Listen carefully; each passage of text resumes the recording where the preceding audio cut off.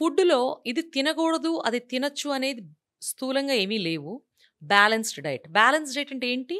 Plate రౌండ్‌గా ఉంటే half vegetables ఉండాలి. ఖచ్చితంగా ఆకుకూరలు ఉండేటట్టు చూడండి. అది పాలకూర, పుంటికూర, తోటకూర, చుక్కకూర ఏదైనా కావచ్చు. సఫిషియంట్ గ్రీన్ లీఫీ వెజిటబుల్ దాంతో పాటు వెజిటబుల్స్. బీరకాయ, బెండకాయ, చిక్కుడుకాయ, పొట్లకాయ, కాకరకాయ, సొరకాయ అన్ని రకాల వెజిటబుల్స్ తీసుకోవచ్చు. సఫిషియంట్ క్వాంటిటీస్‌లో తీసుకోవాలి. దాంతో పాటు ప్లేట్ రౌండ్‌గా ఉంది కదా! హాఫ్ వెజిటబుల్ పోయాక మిగతా హాఫ్‌లో సగం ప్రోటీన్ ఉండాలి.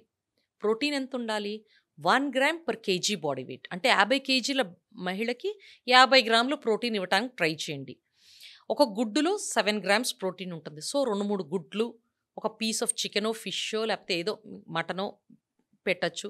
వెజిటేరియన్స్ అయితే హ్యాపీగా పనీరు, టోఫు, పప్పు కూరలు పెట్టొచ్చు. మిగతా పార్ట్ కార్బోహైడ్రేట్స్. వీలైనంత వరకు మీరు ఏదైనా జొన్న రొట్టె మీ ఇంట్లో ఏది అలవాటు ఉంటే అది తీసుకోవచ్చు. బ్రౌన్ రైస్, కొర్రలు, సజ్జలు ఏదైనా తినొచ్చు.